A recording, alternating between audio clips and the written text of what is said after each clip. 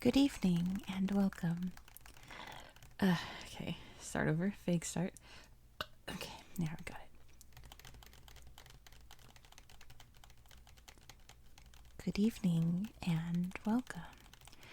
Tonight we'll be going over the history and geography of the Marshall Islands. Now, this is a very terrible map because you cannot even see any of the islands. But I pulled this out so you could see where the Marshall Islands is located in the world. It is in Oceania, a continental region of the Pacific Ocean. Oceania is divided up into Australasia, Melanesia, Polynesia, and Micronesia, where we're going to be today. Each region has its own very distinct cultures and very similar lifestyles to each other, but Micronesia is a little interesting because it's sort of the mixed bag of Oceania.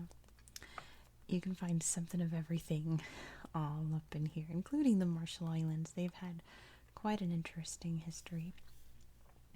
But let me take you in a little bit closer. Let me move this out of the way so you can see a far better map of the Marshall Islands. Still not perfect, but this is better than the last one, right? We'll zoom in closer after we look at this. So, the Marshall Islands are two chains of islands. The Ratak chain and the Ralik chain, which means sunrise and sunset, which I really like because obviously the sunrise is over here, it sets over there.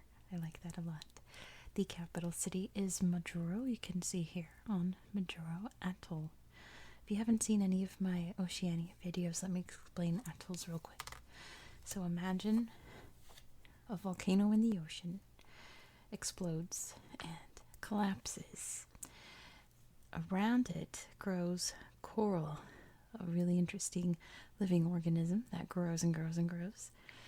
And this volcano collapses further as the coral grows up like this and forms a sort of ring shape with a lagoon in the middle. Eventually that lagoon will fill in with coral and it will just become a coral island, but in the in-between process it's an atoll, and every island in the Marshall Islands are atolls. Really interesting places, but normally I would pull out my tablet to show you more up close, but Google Earth is very spotty in this area. The satellite pictures are not great, and all of the photographs on the islands are really just of palm trees and sand, and you can see those in many other places around the world. I want to show you very specific things about the Marshall Islands, which Google Earth just doesn't have, so I'm going to do my best to describe them to you. You can see there are lots of airports. One of the easiest ways to get around the Marshall Islands is just to zoom around on airplanes, including there's the Micronesia nation over here, Nauru's just down here. We've got the Gilbert Islands here of Kiribati. You can just zoom all over the place.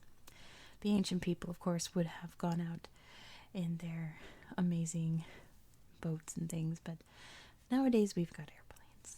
So it's one of the reasons why there's so many different airports. Of course, the international one is on Majuro, the capital.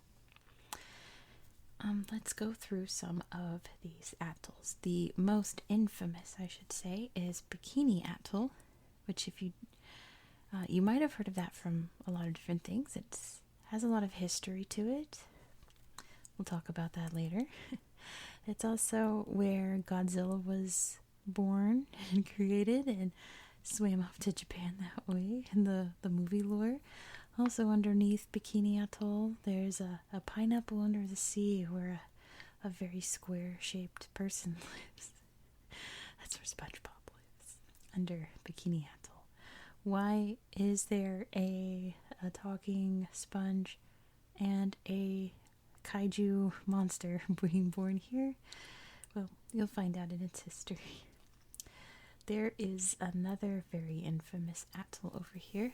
There is Anawatik Atoll, which I guess I'll just spoil it for you now because I can't really describe this place without spoiling the history. The United States did a multitude of nuclear tests on these islands. I'll go into more detail about Bikini Atoll, but in Atoll, there is a tiny little island within the atoll known as Runit. And the United States had a great idea just to take all of the nuclear waste and put a big cement dome over it to contain it. Very much like Chernobyl, but much smaller. But a little bit more perilous because it's totally possible that a huge tsunami could hit this place, and wash all that nuclear waste into the sea. So, and of course, in the world of fiction, nuclear energy creates kaijus, right? So that's why Godzilla is from the Marshall Islands. Anyway, there are other islands like these that are uninhabitable still. There is Ronglap over here. And then over here in the Ratak Islands, right up here, it's called Utirik. I'm sorry, I have to see my nose because I can't see that far away. Utirik Atoll. Very damaged by radiation, but we'll talk about that in history. The largest of all the atolls by far is over here. It is Kwajalein Atoll. And another important one is Jaluit Atoll. It's very populous, like Majuro. Majuro is interesting. Actually, let me show you why Majuro is interesting. Let me flip this a little.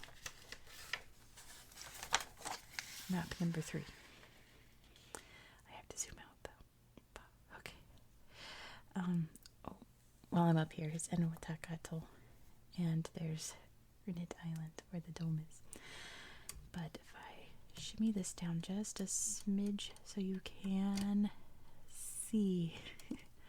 There we go. And let me slide this up too. There we go. So here is Majuro Atoll. Right here there's a big old chunk where there's no coral or anything. So this area, this lagoon I should say, is a shipyard. So the container ships and various supply ships just sail right in and go to the various ports, or there's actually ships that go out and unload them in the middle of the lagoon. Isn't that interesting? And here's Kwajalein Atoll. You can see just how big it is compared to Majuro over here. Jaluit is interesting in that their islands are very long. I mean, Majuro by far has the longest one over here, but these ones are very long too. It's made up of long ones, whereas most atolls are like these, where they're made up of much smaller islands making a circle around.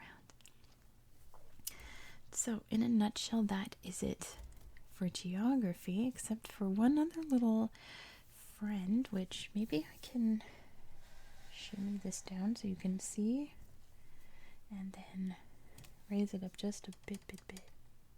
Try not to make it squeak up here. You can't really see. Is another atoll known as Wake Island. It is a little bit north of the Marshall Islands, and it belongs to the United States. It's privately owned by the U.S. military, but the Marshall Islands claims it as theirs, and it's very debatable over who actually controls Wake Island. Just a little tidbit. Let's get into its history. The first settlers would have arrived sometime in the 2nd millennium BCE, and like I said, they would have sailed up from their outrigger canoes and settled here while they set out to explore other islands. Think Moana, right? Like that. But the culture within the Marshall Islands was very interesting. There's not many details known, but some have preserved because a lot of traditions are still around. For one thing, it was a very matrilineal society back in its pre-contact days. They were very seafaring, like I said. They were a sailing culture. They sailed all over the place. Places like Hawaii and further south, to all the islands around. But this was their main base. And they were a clan society. And there is a person who was in charge of multiple clans. If they were male, they were Iroich. If they were female, they were Liroich. The clan manager was the Alap. And the workers, kind of like the next class down, were the Reacherball. So there was definitely, I just blanked on the word. They lived in a society. Let's say there was a, tops and bottoms in the way that this culture lived. How have I forgotten the word? You all know it. I blank on words like that sometimes. It'll hit me in the middle of the video. Anyway, they refer to these islands as Jola Jena Nij, which means gifts from God, which is really nice and a lot better than Marshall Islands, but you'll find out why they're called that in a second. In 1526, a Spanish explorer named Alonso de Salazar landed in the area and claimed the islands for Spain and sailed off, and that was about it for contact for the longest time. It was there, it was noted, it was marked on maps, but nobody really did anything with this area. They were one of the places that was labeled as not very friendly and not very profitable. So while Spain controlled it, they had a lot of other things going on around the world at that time. Over in Central America, over in the Philippines, so on and so forth. So what was happening up here in the islands was not really that big of a concern. They did send some religious missions a couple times, mainly in 1668 and 1731. They ended quite violently with the missionaries being chased off the islands to avoid an attack. So while there was some brief contact, it didn't go great. But eventually, if we kind of calmed down on the islands as more Europeans would come by, a lot of whaling ships would come by to stop over. An explorer named John Marshall visited in 1788 and marked it on a map. And then when someone, in which country? I forgot, I'm sorry. Someone drew up a big map of the area and just labeled it Marshall Islands because Marshall was the one who had most recently noted these islands. And the name stuck ever since. Flash forward to the 1870s. Let's go forward about 100 years. Germany is trying to develop colonies because they're kind of late to the game because they formed way later than a lot of other European countries. And there wasn't much else to grab up in terms of colonies, so they started looking toward the islands of Oceania out here. They attempted to claim them from Spain, saying you guys aren't using them anyway. Spain said that's war, and they tried to go to war, but neither side was really willing to fight, and Spain couldn't even afford a decent naval fleet to come out here, so they just agreed to a treaty in a way, and finally in 1885 they would sell the islands to Germany. They needed the money at that point. And it became part of German New Guinea, their colony in this part of the world. The main export at this time was copra, mainly on the island of Jaluit. Copra is the meat inside of coconuts. And it stayed that way for quite a bit. Lutheranism is the main religion on the islands due to that German heritage. But that's really the only real marks that Germany left on the island, other than some tiny bits of infrastructure to help with the copra trade. In World War I, Japan took over because Germany in the area. Let's get them out of here. They're our enemy now. So they invaded pretty much all the German territories that Germany had in Oceania. But they really liked the islands here, and they set up their base of operation, their headquarters on Jaluit, and operated the trade and economy throughout the 1920s and 1930s until World War II, where it became more of a military base to control their lands in Oceania.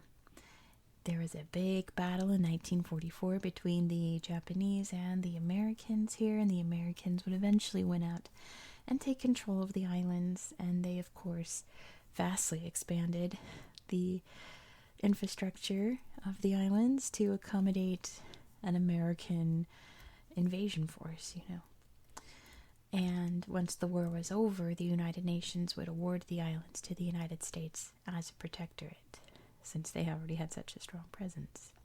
And the Americans said, perfect, we're going to use it as a nuclear testing site. So from 1946 to 1958, the islands, not these islands, but the ones further north like you saw, like Atoll up here, were used for nuclear testing. You know those old videos you see of bombs exploding in the water? That's from the Marshall Islands. And yes, it was bad. The citizens of Bikini Atoll were thankfully evacuated, but like a good 99% of them have not been able to return to their homes. It's too dangerous still. There are some people who are risky enough to go back there just for, determination, I suppose. And they never really received full compensation for that. There has been some compensation, but a nuclear tribunal declared that the United States owes the people of the Marshall Islands like $2 billion, and they've only paid, like a couple million or so, which is not quite enough. Not to mention all the nuclear waste and the ruin it down, right? It's a little iffy. And another really horrible thing, it's I wrote it down here, 250 million they've received. Okay, another really horrible thing was that some islands were not evacuated, and they were affected by nuclear fallout. I've listened to a lot of stories of people who at that time were used to the flash and boom and explosion in the distance, but at one point it started to rain ashy kind of snow, and people would go out and play in it. And that wound up being very bad for them because that's highly radioactive. So instead of the United States being like, oh my gosh, this is horrific, let's get these people to treatment immediately, they decided to use them as science experiments and watch them and care for them in terms of, finding out what happens to that kind of exposure to a nuclear bomb, which is horrible. Human beings are not guinea pigs. It should not be treated that way. So there are still many people dealing with the effects of these tests in terms of birth defects, all the cancers, mainly thyroid cancer, and all of the horribleness of those testings. In 1979, the islands declared their independence, but with a catch. There were other island nations deciding they wanted to be independent, but the Marshall Islands were like, we've really benefited from the economy of the United States, even though they have bombed us with nuclear bombs multiple times. Economically, they've been very good, so we really don't want to lose that connection. So they assigned the Compact of Free Association. So the United States is allowed to have a presence here, and the Marshallese are allowed to have a presence in the United States. They can travel freely. There's actually a large population of Marshallese people in Arkansas, of all places, and I think Michigan was the other one, or Wisconsin. What a change of scenery, right? And they use the U.S. dollar. They're allowed to enlist in the U.S. military, and so it's like they're part of the United States, but not. It's a little convoluted, but both sides benefit from it. Politically, it's been a little shaky in the 90s, but in 1999, the first non-Euro-age president was elected, or the first commoner president, they're known as. And the main political issues right now is China has been trying to assert its influence on various islands in the Pacific, telling them, you know, we'll give you lots and lots of money and infrastructure if you don't recognize Taiwan. And they've been kind of doing that over here.